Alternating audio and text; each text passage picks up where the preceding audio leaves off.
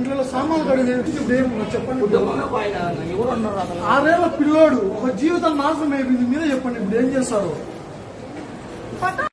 ఎలా జరిగింది, మీకు ఎలా తెలిసింది? నేను పనికి పోయినా సార్. పనికి పోతే నాకు కానిస్టేబుల్ ఫోన్ చేశారు, ఇంటికాడ ఉండమ్మా హరి మీ భర్త అంటే. అవు సార్ అంటే యాక్సిడెంట్ అయిందమ్మా.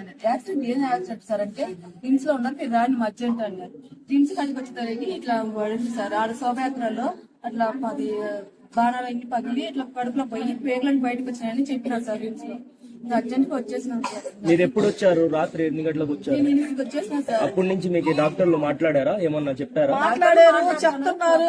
అదేమ్మా బాగుంది అంటున్నారు, ఒక్కోసారి సీరియస్ అంటున్నారు, ఒక్కోసారి బాగుంది అంటున్నారు. మేము చెప్పలేము అంటే సార్. వాళ్ళ కొడుకు కూతురు వాడున్నాడు 6 ఏళ్ళ పిల్లాడు. ఇంట్లో పని చేసుకోవాలా, రావాలా మనిషి. ఇంకా ఆయనకి ఎటువంటి ఆధారం ఏ ఆధారం లేదు, అసలు ఏమి లేదు. అప్పుల బాధలో ఉంటుంది. మీరు ఎక్కడ ఉంటారు? మాసాపేట. 10,000 డబ్బులు తీసుకోమన్నారు, నాకు వద్దన్నా. డబ్బులు 10,000 రూపాయలు డబ్బులు తీసుకోమనంటే 10,000 రూపాయలతో నాకు మంచి లేడు, అంతలా మంచి అట్ట అయినా నాకు డబ్బులు ఎందుకన్నా పోయారన్న. ఈ అబ్బాయి 15 ఇయర్స్ తర్వాత పుట్టినాడు పిల్లోడు. 15 ఇయర్స్ తర్వాత పుట్టినాడు. ఇప్పుడు 6 ఇయర్స్ బాబుకి. ఇప్పుడు అతనికి వెళ్తే వీళ్ళ పరిస్థితి ఏమి? ఆవిడ వెళ్ళిపోతా ఉన్నారు. ఇప్పుడు సిచ్యువేషన్ ఎలా ఉంది?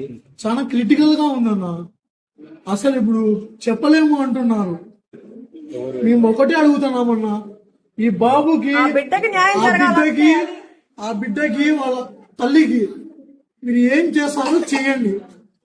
అది 6 ఏళ్ల బిడ్డ నాయుడు, 15 ఏళ్ల తర్వాత పుట్టినాడు పిల్లోడు. ఆయన ఆడికి బెడ్ పేషెంట్, ఆడికి వస్తా కూడా బిడ్డ గురించే అంటున్నాడు.